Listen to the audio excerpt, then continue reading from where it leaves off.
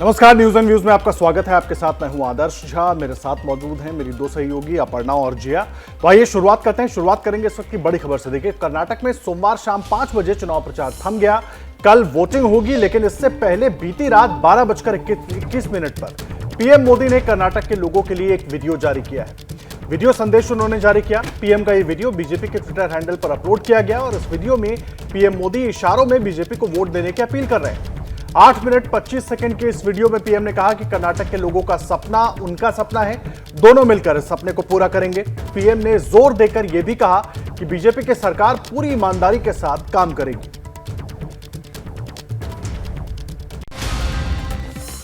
BJP के Twitter handle से रात 12:21 पर प्रधानमंत्री नरेंद्र मोदी का ये वीडियो ट्वीट किया गया।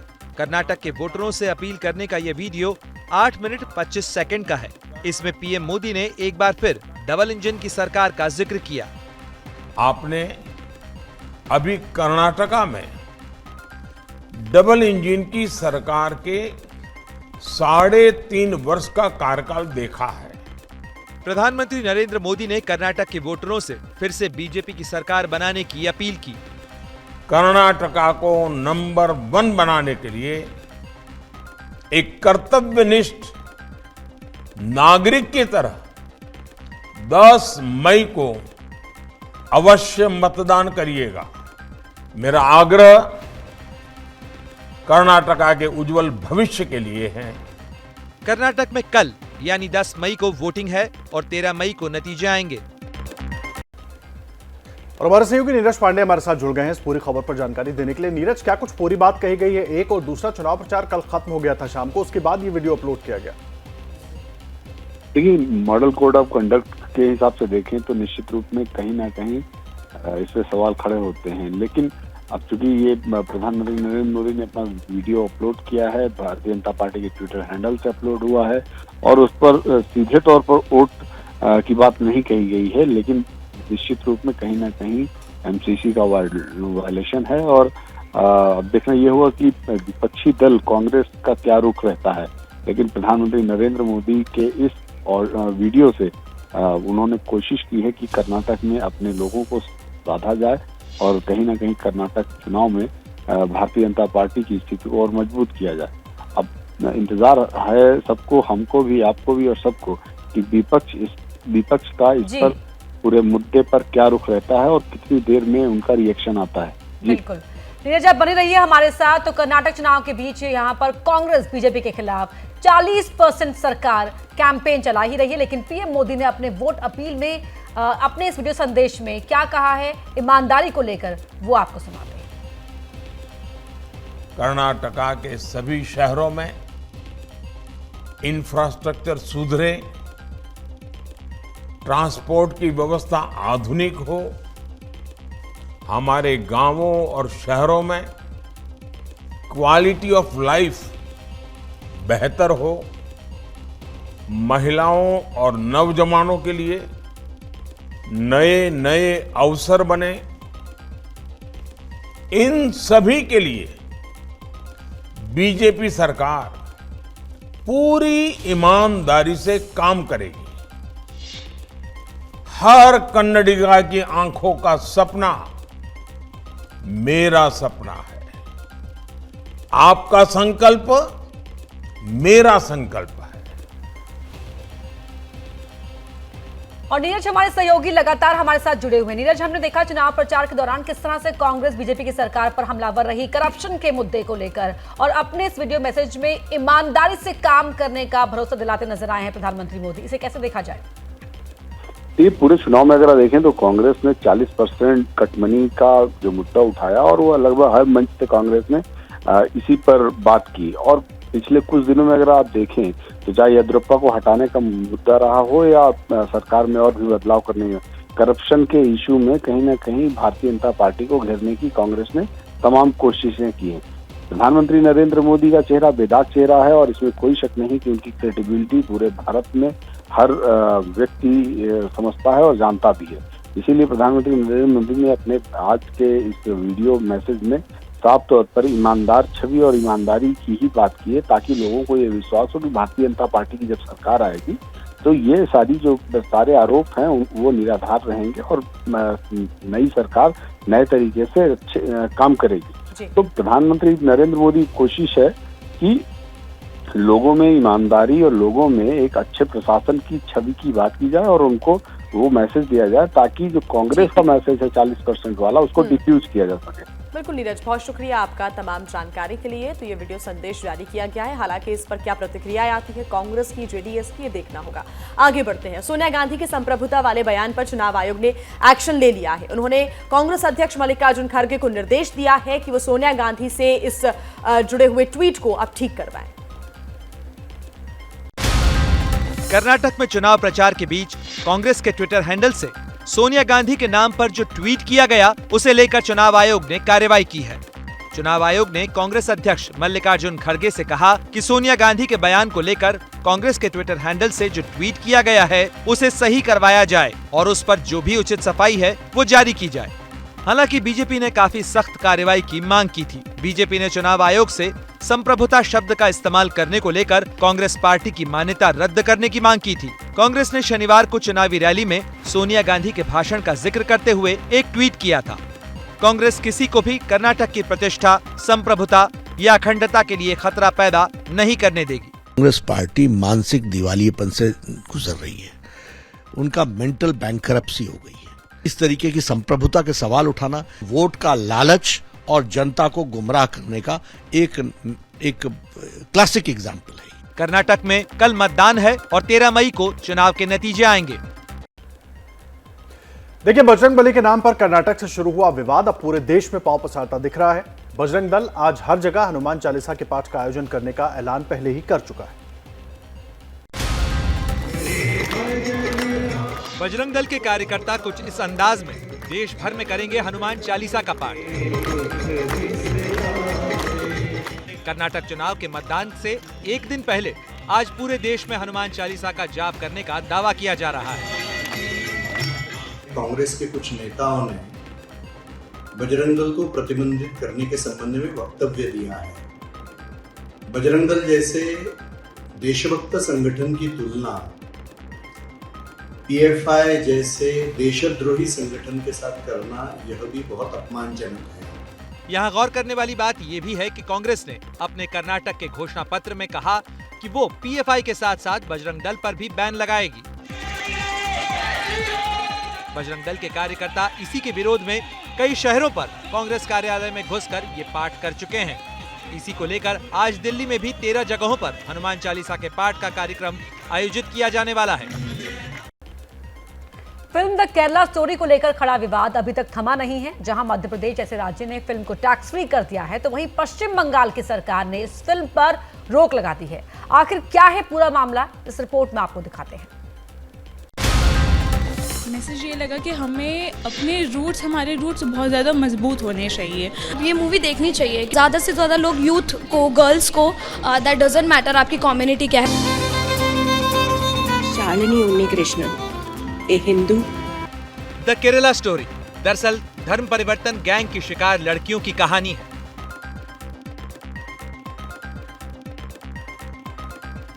लेकिन इसको लेकर कई पार्टियों की राय अलग अलग है। पश्चिम बंगाल में ममता सरकार ने फिल्म को बैन कर दिया। Your party is working with BJP, and that BJP is showing the Kerala files a distorted stories. ममता के इस आरोप पर बीजेपी की तरफ से करारा जवाब आया। दुर्भाग्यपूर्ण है, मैंने कहा ना, ये नए जिन्ना के अवतार हैं, ये कुछ भी कर सकते हैं। वोट बैंक की राजनीति का खेल भारत की कई बेटियों की जिंदगी बर्बाद कर रहा है। देखिए, अतीक अहमद माफिया था तो सबके लिए था, वो कतई मुसलमानों का रहनुमा नहीं था। अतीक और मुख्तार अंसारी जैसे डॉन के बारे में बड़ा खुलासा सामने ये आया है कि उन दोनों ने वक्फ की प्रॉपर्टी पर भी कब्जा किया था।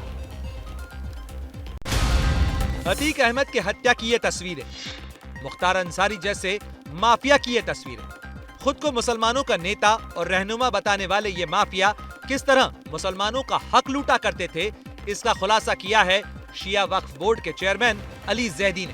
प्रयागराज में था बहुत पुराना इमाम बाड़ा, वक्फ इमाम बाड़ा, उस पे अतीक अहमद ने, उसके गुर्गों ने कब्जा करके के ऊपर जो है अवैध तरीके से कमर्शियल कॉम्प्लेक्स का निर्माण वो कर रहा था। एक लखनऊ का बहुत पुराना वफ है, वफ दरोगा मीर वाजिद अली। एक कंपनी के नाम रजिस्ट्री उसकी करा दी, जिसमें अफशा अंसारी, मुख्तार अंसारी की पत्नी है, वो डायरेक्टर थी। अब जबकि योगी आदित्यनाथ के दावे के मुताबिक उत्तर प्रदेश में माफिया मिट्टी में मिलाए जाने लगे हैं, उनकी पुरानी करतूत एक एक कर बेनकाब होने लगी हैं। राजनीतिक पार्टियां इन माफियाओं को मुस्लिम वोट बैंक के लिए ही बढ़ावा दिया करती थी, लेकिन आम मुसलमानों के लिए ये माफिया कितने बड़े दगाबाज थे अब पता चल रहा है। और करें इस वक्त की बड़ी खबर का। बड़ी खबर आपको बता दें, उमेश पाल मर्डर केस में अतीक के बहनोई अखलाक को लेकर हुआ है ये बड़ा खुलासा कि अखलाक ने गुड्डू मुस्लिम की मदद की थी। 5 मार्च को डॉक्टर अखलाक के घर गया था गुड्डू मुस्लिम, जहां अखलाक ने गुड्डू मुस्लिम को 50,000 रुपए दिए थे। अतीक के बेटे असद के पास भी ये पैसा भेजा गया था। असद को अखलाक ने 1.5 लाख रुपए भेजे थे। शूटर्स की मदद के आरोप में पुलिस पहले ही अखलाक को गिरफ्तार कर चुकी है। और मोहम्मद मोइन हमारे सहयोगी हमारे साथ फोन लाइन पर जुड़ रहे हैं। मोहम्मद मोइन, ये बड़ा खुलासा किस तरह से जो अतीक के परिवार के लोग हैं वो भी उसके इस गैंग से अच्छी तरह से वाकिफ थे और लगातार उनकी मदद कर रहे थे। जी बिल्कुल, ये बेहद चौंकाने वाला खुलासा हुआ है कि अतीक अहमद के बहनोई डॉक्टर अखलाक लगातार उमेश पाल शूटआउट केस में जो वांटेड अपराधी थे, जो क्रिमिनल्स थे, उनकी मदद कर रहे थे। बमबाज गुड्डू मुस्लिम को 50,000 रुपए की मदद की गई थी। 5 मार्च को गुड्डू मुस्लिम उनके घर पर मेरठ भी गया था, जिसका सीसीटीवी फुटेज पहले भी सामने आ चुका है। इसके साथ साथ पुलिस एनकाउंटर में मारे गए अतीक अहमद के बेटे असद को 1.5 लाख रुपए दिए गए थे। असद के एक मददगार को 50,000 रुपए दिए गए थे। तो कुल मिलाकर के मामला इतना तूल पकड़ने के बाद, इतना हाईलाइट होने के बाद, जो बहनोई डॉक्टर अखलाक है लगातार शूटरों की मदद कर रहे थे। उन्हें आर्थिक मदद मुहैया कराई जा रही थी, उन्हें छिपने में मदद मुहैया कराई जा रही थी। यही वजह है कि डॉक्टर अखलाक को गिरफ्तार कर जेल भेजा जा चुका है। साथ ही साथ उनकी पत्नी और अतीक अहमद की बहन आयशा नूरी को पुलिस तलाश कर रही है। परिवार के कई दूसरे सदस्यों को भी पुलिस तलाश कर रही है। ठीक, मोहम्मद मोइन, बहुत शुक्रिया तमाम जानकारी के लिए। आगे आपसे अपडेट्स आगे बढ़ते हैं। देखिए, कर्नाटक में मुस्लिम समुदाय के लिए 4% आरक्षण खत्म करने के राज्य सरकार के फैसले के खिलाफ याचिका पर सुप्रीम कोर्ट आज सुनवाई करेगा। अभी की राज्य सरकार ने यह आरक्षण लिंगायत और वोकालिगा समुदाय को दे रखा है। धर्म के आधार पर आरक्षण सही है या गलत, आज हो सकता है फैसला। दरअसल कर्नाटक की मौजूदा सरकार ने पिछली सरकार के फैसले को पलटकर मुसलमानों को दिया जाने वाला 4% आरक्षण खत्म कर दिया था। इसको लेकर सुप्रीम कोर्ट आज जो भी सुनवाई करे, लेकिन बीजेपी ने अपने कदम को जायज ठहराते हुए कर्नाटक के चुनाव प्रचार में खूब दम भरा। और एक कांग्रेस पार्टी कहती है कि अगर हम सत्ता में आए तो मुस्लिम रिजर्वेशन को 4% की जगह 6%। मैं पूछना चाहता हूं डीके शिव कुमार जी को कि भैया आप मुस्लिम रिजर्वेशन लाओगे तो किसका कम करोगे? तो कांग्रेस का मैनिफेस्टो है, ये कंप्लीट मुस्लिम फंडामेंटलिस्ट मैनिफेस्टो है। मुस्लिम रिजर्वेशन पर सुप्रीम कोर्ट को ये भी विचार करना चाहिए कि अगर कर्नाटक में इसे दोबारा बहाल कर दिया गया तो देश के दूसरे हिस्सों से भी ऐसी ही मांग उठनी शुरू हो जाएगी। और अब बात कर लेते हैं यूपी के निकाय चुनाव की, जहां दूसरे फेज के प्रचार का आखिरी दिन है आज। 11 मई को दूसरे चरण में होने वाले चुनाव के लिए आज शाम 6 बजे थम जाएगा चुनाव प्रचार। यूपी नगर निकाय चुनाव के दूसरे चरण का मतदान 11 मई को 38 जिलों में होगा। 13 मई को कर्नाटक के साथ साथ इसके भी चुनाव नतीजे आएंगे।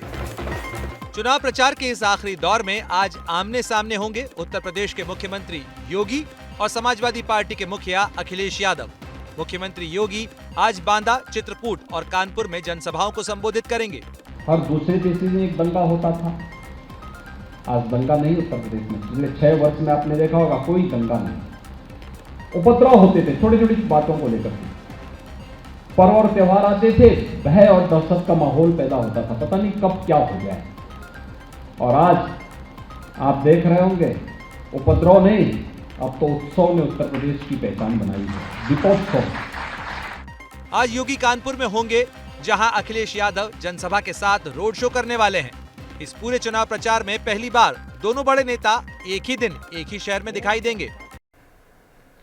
जिन जंगलों में लोग ऐसे ही नहीं जाते, वहां आखिर अलग अलग पीर बाबा के मजार कैसे बन जाते हैं?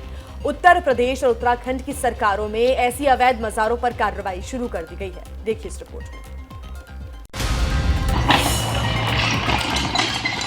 कुछ दिनों पहले एबीपी न्यूज ने जो खबर दिखाई, देखिए उसी के आधार पर किस तरह हो रहा है एक्शन।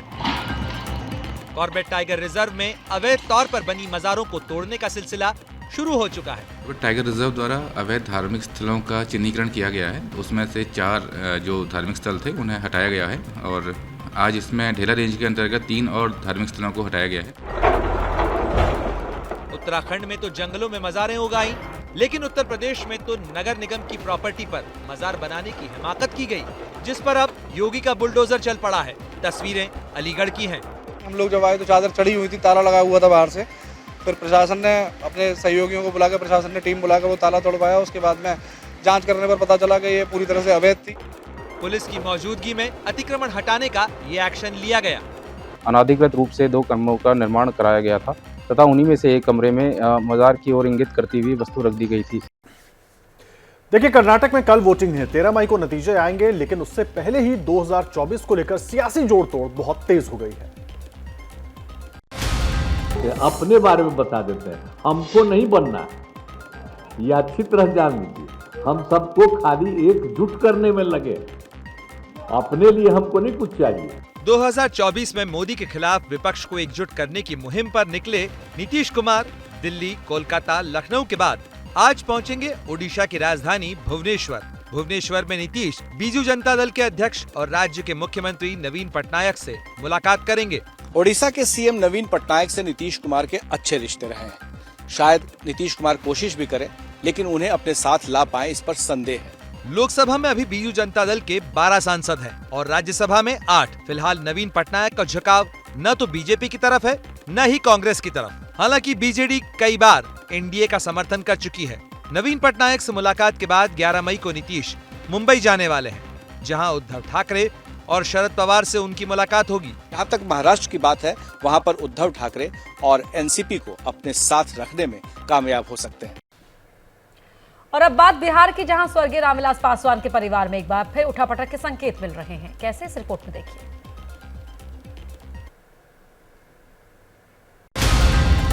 क्या बिहार में चाचा पारस को झटका देने की तैयारी में है चिराग पासवान? इन तस्वीरों को देखकर तो हर कोई यही कयास लगा रहा है। सोमवार को राष्ट्रीय लोक जनशक्ति पार्टी के सांसद महबूब अली कैसर अपने बेटे चौधरी यूसुफ कैसर के साथ चिराग से मिलने पहुंचे। तीनों के बीच बंद कमरे में लंबी बातचीत हुई। चिराग ने खुद ट्वीट कर इस मुलाकात की जानकारी दी, लेकिन मुलाकात का कोई ब्यौरा साझा नहीं किया। महबूब अली कैसर खगड़िया से सांसद हैं, अभी पशुपति पारस गुट में हैं। इनके बेटे यूसुफ सिमरी बख्तियारपुर से आरजेडी के विधायक हैं। अब इन दोनों नेताओं के साथ चिराग की मुलाकात के राजनीतिक मायने निकाले जा रहे हैं। अभी पारस गुट में 5 सांसद हैं और रामविलास गुट में एकमात्र सांसद चिराग पासवान है। रामविलास पासवान के निधन के बाद पार्टी तोड़कर पशुपति पारस बीजेपी के खेमे में चले गए। इन्हें इनाम के तौर पर मोदी कैबिनेट में केंद्रीय खाद्य प्रसंस्करण उद्योग मंत्री का पदभार मिला। लेकिन चिराग अभी न बीजेपी के साथ हैं, न ही महागठबंधन के साथ। ऐसे में 2024 के चुनाव से पहले चिराग पासवान जोड़ तोड़कर नया समीकरण बनाने की कोशिश कर रहे हैं। आगे बढ़ते हैं। कुश्ती महासंघ के अध्यक्ष बृजभूषण सिंह की गिरफ्तारी की मांग को लेकर महिला पहलवानों का धरना आज 16वें दिन भी जारी है और इस बीच किसानों ने गुरुवार से देश भर में बृजभूषण सिंह का पुतला फूंकने का ऐलान किया है। दिल्ली के जंतर मंतर पर पुलिस की किलेबंदी और मजबूत हो गई है। अब कोई जोर जबरदस्ती कर पहलवानों तक पहुंचने की कोशिश करेगा तो उसे लोहे की ये 4 दीवारी लांघनी होगी। प्रदर्शन स्थल पर पहुंचने का जो रास्ता है वो परमानेंटली सील किया जा रहा है और साथ में कई सारे आला पुलिस ऑफिसर्स जो हैं वो आपको पीछे निगरानी करते हुए नजर आएंगे। उनकी निगरानी में ये जो सारा सीलिंग का काम है वो जारी है।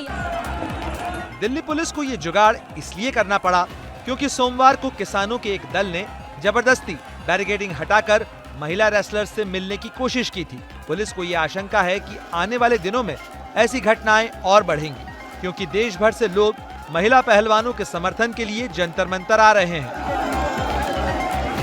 कुश्ती संघ के चीफ बृजभूषण शरण सिंह की गिरफ्तारी को लेकर खाप पंचायतों ने भी सरकार को 21 मई तक एक्शन लेने का अल्टीमेटम दिया है। देखिए, ब्रजभूषण का सिर्फ विरोध ही नहीं हो रहा, कुछ लोग उनके समर्थन में भी सामने आए हैं और इन्हीं में से एक है वो लड़का जिससे कभी ब्रजभूषण ने सरेआम थप्पड़ जड़ दिया था। कुश्ती महासंघ के अध्यक्ष ब्रजभूषण शरण सिंह का ये वीडियो इन दिनों सोशल मीडिया पर खूब वायरल है। इस वीडियो में ब्रजभूषण मंच पर एक युवक को सरेआम थप्पड़ जड़ते दिखाई दे रहे हैं।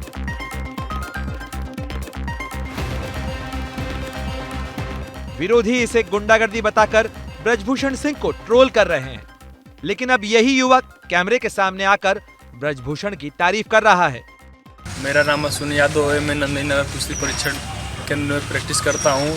सोशल मीडिया पे जो थप्पड़ मारने का वीडियो चल रहा है उसे मैं देखा, मुझे बहुत दुख हुआ और नेताजी मेरे पिता तुल्य हैं और मुझे बहुत मानते हैं। ये वीडियो दिसंबर 2021 का बताया जा रहा है, जब रांची में अंडर 15 रेसलिंग टूर्नामेंट के दौरान मंच पर शिकायत लेकर पहुंचे युवक पर ब्रजभूषण आग बबूला हो गए थे। एबीपी न्यूज के शो प्रेस कॉन्फ्रेंस में भी ब्रजभूषण इस वाकये पर सफाई दे चुके हैं।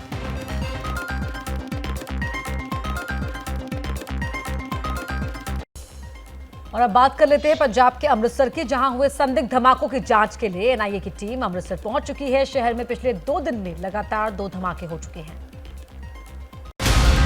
पंजाब के अमृतसर हेरिटेज स्ट्रीट में हुए बम धमाकों की जांच के लिए कल शाम राष्ट्रीय जांच एजेंसी यानी एनआईए की टीम उस जगह पर पहुंची जहां संदिग्ध बम विस्फोट की सूचना मिली थी। एनआईए की टीम के सदस्यों ने अमृतसर पुलिस से धमाकों की और ज्यादा जानकारी मांगी और फॉरेंसिक टीम के सदस्यों से भी इस बारे में पूछताछ की। अमृतसर में शनिवार रात और सोमवार सुबह एक ही जगह पर हुए संदिग्ध विस्फोट के बाद पुलिस अधिकारियों की तैनाती बढ़ा दी गई है। हेरिटेज स्ट्रीट में पुलिस की तरफ से एक साइड का रास्ता बंद कर दिया गया है और वहां जांच की जा रही है। वहां केवल पंजाब और केंद्र की एजेंसियां जांच कर रही हैं। फॉरेंसिक टीम भी घटनास्थल पर तैनात है। कल शाम को अमृतसर के अलग अलग थानों के प्रमुख अधिकारियों, एसीपी और एडीसीपी ने फ्लैग मार्च भी किया। आपके माध्यम से मैं लोगों को ये बताना चाहता हूँ, यहाँ पे जो भी श्रद्धालु आ रहे हैं, यहाँ के निवासी हैं, कि यहाँ पे जो माहौल है पूरा शांतिपूर्वक है। किसी भी फेक न्यूज़ या किसी भी अफवाह पे ट्रस्ट ना किया जाए और हम जांच में लगे हुए हैं, जल्दी ही हम इसको ट्रेस कर लेंगे। एक तरफा प्यार एक नाबालिग बच्ची के लिए जानलेवा बन गया। ये बेहद दर्दनाक खबर ओडिशा से सामने आई है, जहां एक युवक ने 12 साल की बच्ची को उसके घर में घुसकर मार डाला। ओडिशा से आई ये खबर बेहद खौफनाक है। यहाँ एक युवक ने 12 साल की एक लड़की की हत्या कर दी। आरोपी नाबालिग लड़की के घर में सुबह करीब 10 बजे घुसा, जब वो अपनी मां के साथ थी। हत्यारे ने पहले बच्ची की मां को धक्का दिया और फिर उसके सामने ही धारदार हथियार से बच्ची की गर्दन काट दी। आरोपी वारदात को अंजाम देने के बाद मौके से फरार हो गया। पीड़िता को उसके परिजन जिला अस्पताल ले गए, जहां डॉक्टरों ने उसे मृत घोषित कर दिया। पुलिस ने शव को बरामद कर जांच शुरू कर दी है। बर्तमान रिपोर्ट आम हस्तगत नहीं, रिपोर्ट बर्तमान हस्तगत होला जहाँ भी कार्यानुष्ठान ग्रहण करा। अभी तो हत्यारे की तलाश हो रही है, लेकिन हत्या की वजह को लेकर आशंका ये जताई जा रही है कि ये एक तरफा प्यार का नतीजा हो सकती है। देखिए, दिल्ली के पास यूपी के ग्रेटर नोएडा में पुलिस ने एक युवक की हत्या के गुत्थे सुलझाते हुए एक बेहद सनसनीखेज दावा किया है। पुलिस का कहना है कि पिता ने ही अपने बेटे की हत्या कर दी थी। आखिर क्यों, जानने के लिए देखिए रिपोर्ट। क्या सगा बाप अपने ही खून की हत्या कर सकता है? यकीन नहीं तो ग्रेटर नोएडा की पुलिस का ये दावा सुनिए। बाप ने और उसके बेटे ने ही मिल करके अपने एक बेटे की हत्या की है। इसमें गांव का एक लड़का शामिल है। पुलिस का कहना है कि बाप ने ही ये हत्या संपत्ति विवाद की वजह से की थी। मारा गया कपिल बचपन से ही अपने ननिहाल में रहता था। रविवार की सुबह वो अपने नाना के करीब सो रहा था, तभी कार में सवार होकर आए 4 लोगों ने गोली मारकर उसकी हत्या कर दी थी। पुलिस को हत्यारे का सुराग सीसीटीवी फुटेज से मिला है। जो मृतक कपिल है, इसने 2012 में अपनी ही चाची या मौसी दोनों थी, उसके बच्चे को इसने मर्डर कर दिया था और 2012 से ये अभी लगातार मार्च तक जेल में था। और जैसे ही बेल से बाहर आया था कि अपने फादर से अपने हिस्से के लिए लड़ रहा था और उसको भी धमकी दे रहा था कि मैं तुझे मार डालूंगा।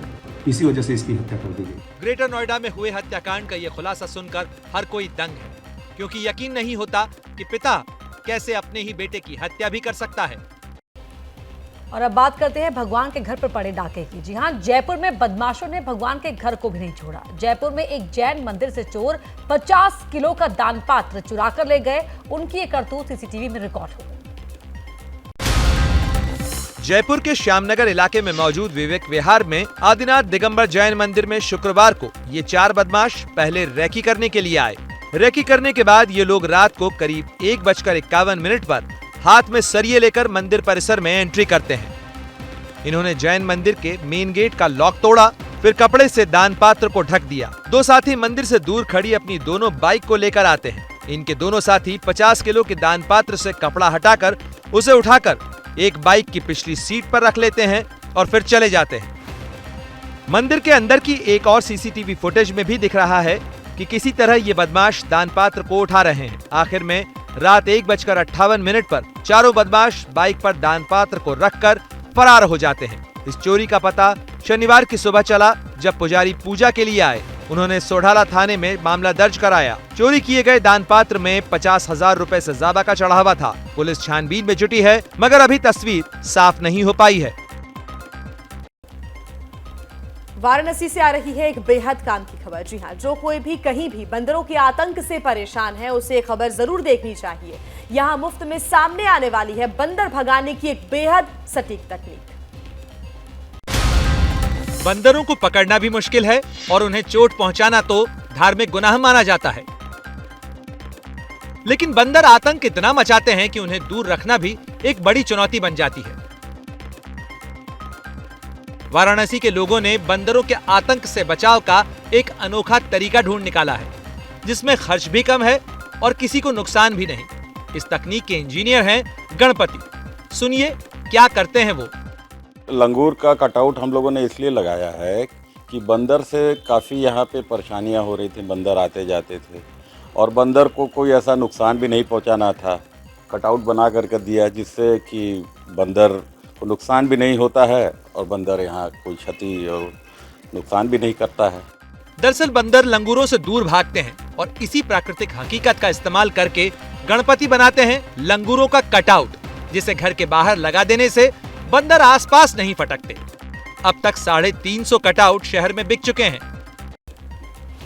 देखिए आगे बढ़ते हैं। देश ही नहीं पूरी दुनिया में मौसम लगातार बदल रहा है। हम इसलिए हर रोज आपको मौसम की इस महामारी की खबरें दिखाते हैं। किस तरह कई इलाकों में बेमौसम बारिश और बर्फबारी हो रही है, आपको दिखाते हैं इस रिपोर्ट में। उत्तराखंड में बर्फबारी तो कश्मीर में बेमौसम बरसात। हिमाचल में भी बदलते मौसम से जनजीवन बेहाल। ये तस्वीरें हैं केदारनाथ की, जहां रिकॉर्ड बर्फबारी देखने को मिल रही है।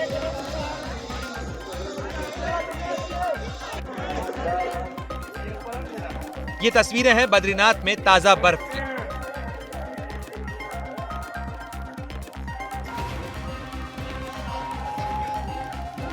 गंगोत्री धाम का हाल भी कोई जुदा नहीं है। इसी बीच कश्मीर के कई इलाकों से बेमौसम बरसात की खबरें आ रही हैं। लद्दाख से हिमस्खलन की तस्वीरें भी बेहद खौफनाक हैं। हिमाचल के लाहौल स्पीति में भी बर्फ ही बर्फ नजर आ रही है और राज्य के कम ठंडे इलाकों में आने वाले कुल्लू में भी इस वक्त ठंड से लोग ठिठुर रहे हैं। देखिए बदलते मौसम की परेशानी हर तरफ है, लेकिन पिछले 2-3 दिनों में सबसे ज्यादा मुश्किलें बढ़ी हैं कश्मीर में, जहां के अलग अलग इलाकों से ऐसी खबरें आ रही हैं जो चिंता का सबब हैं। ये तस्वीरें कश्मीर के कुलगाम की हैं। बेमौसम बर्फबारी इतनी हो रही है कि ऊंचाई पर रहने वाली जनजाति के लोग नीचे उतरने पर मजबूर हो गए हैं।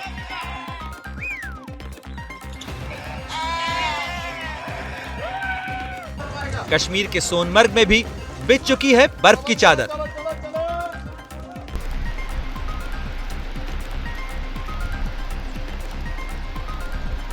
अब देखिए पहलगाम।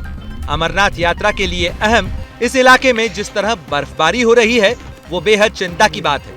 हालांकि यात्रा अभी शुरू नहीं हुई है।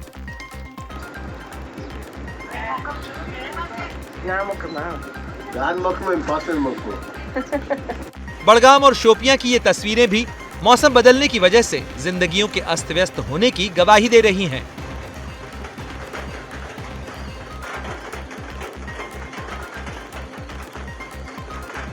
न्यूज एंड व्यूज में अब बात आईपीएल की। देखिए, कल रात पंजाब किंग्स और कोलकाता नाइट राइडर्स के बीच जो मैच हुआ वो कमजोर दिल वालों के लिए नहीं था। इस रोमांचक मैच में कोलकाता नाइट राइडर्स ने पंजाब किंग्स को 5 विकेट से मात दे दी। पहले बल्लेबाजी करते हुए पंजाब किंग्स के लिए कप्तान शिखर धवन ने अच्छी शुरुआत की। शिखर धवन ने मैदान के चारों तरफ शॉट्स लगाकर पंजाब की पारी को मजबूती दी। पंजाब किंग्स ने 20 ओवर में 7 विकेट पर 179 रन बनाए। पंजाब की तरफ से सबसे ज्यादा 57 रन शिखर धवन ने बनाए। कोलकाता की तरफ से वरुण चक्रवर्ती ने 26 रन देकर 3 विकेट लिए। 180 रन के लक्ष्य का पीछा करने उतरी कोलकाता नाइट राइडर्स ने अच्छी शुरुआत की। मिडिल ऑर्डर में कप्तान नीतीश राणा ने एक बार फिर अच्छी पारी खेली और अर्धशतक बनाया। इस वजह से आखिरी के ओवर में मैच रोमांचक स्थिति में पहुंच गया, लेकिन आंद्रे रसल और रिंकू सिंह की तूफानी पारियों ने कोलकाता को मैच जितवा दिया। कोलकाता ने आखिरी बॉल पर 5 विकेट रहते 182 रन बनाकर 5 विकेट से ये मैच जीत लिया। कप्तान नीतीश राणा ने सबसे ज्यादा 51 रन बनाए, जबकि आंद्रे रसल ने 23 बॉल में 42 और रिंकू सिंह ने 10 बॉल में 21 रन की पारी खेली। और आइए अब बात करते हैं अफ्रीकी देश केन्या की, जहां से एक रेस्क्यू ऑपरेशन का वीडियो सामने आया है, जिसे देखकर ऐसा लगता है कि किसी फिल्म का कोई सीन चल रहा हो। बाढ़ में फंसे एक ट्रक ड्राइवर को किस तरह बचाया गया, आइए आपको दिखाते हैं। झारखंड के साहिबगंज में रहने वाले 12 साल के भावेश कुमार का रविवार शाम को अपहरण कर लिया गया था। उसे अगवा तब किया गया जब वो खेलने के लिए घर से निकला था। घर वालों को चिंता तब हुई जब वो घर वापस नहीं लौटा।